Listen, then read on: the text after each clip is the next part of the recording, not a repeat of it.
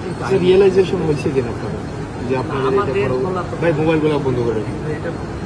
এটা তো রিয়েলাইজেশন হয়েছে কিনা আপনারা অপরাধ করছেন? আমরা তো ছিলাম বলতে স্যার, আমরা তো আপনারা অপরাধ করছেন যে ছাত্রলীগ নির্যাতন নিপীড়ন করছে, আপনারা এগুলার ইন্ধন দিচ্ছেন, এগুলা নিয়ে স্যার আপনার অনুতপ্ত কিনা স্যার?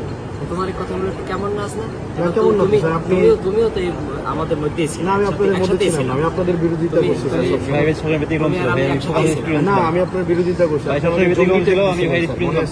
আপনি আমার জঙ্গি ট্যাগ দিয়েছিলেন ওই ইয়াতে রেস্টা বিল্ডিং এ, আপনি বলছিলেন আমি জঙ্গি।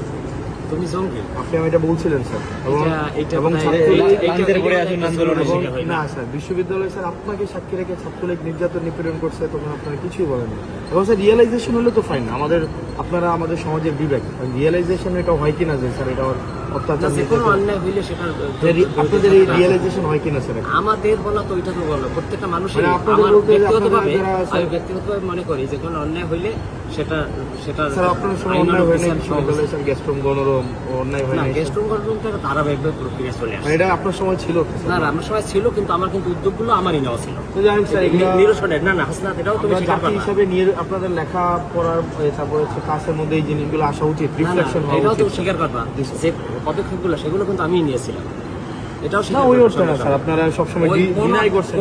কোন অর্থে সেটা ভিন্ন, কিন্তু শুরুটা কিন্তু আমিই করেছিলাম। নির্যাতন নিপীড়ন তোমরা সহযোগিতা করছিলাম। না, ডিনাই করাটা অন্য জিনিস, ডিনাই করা তো অপরাধ। যারা প্রক্টর স্যার ছিলেন উনি বারবার ডিনাই করছেন। না, ডিনাই ইতিহাস সবাইকে ভালো থাকবে, তোমাদের শুভকামনা।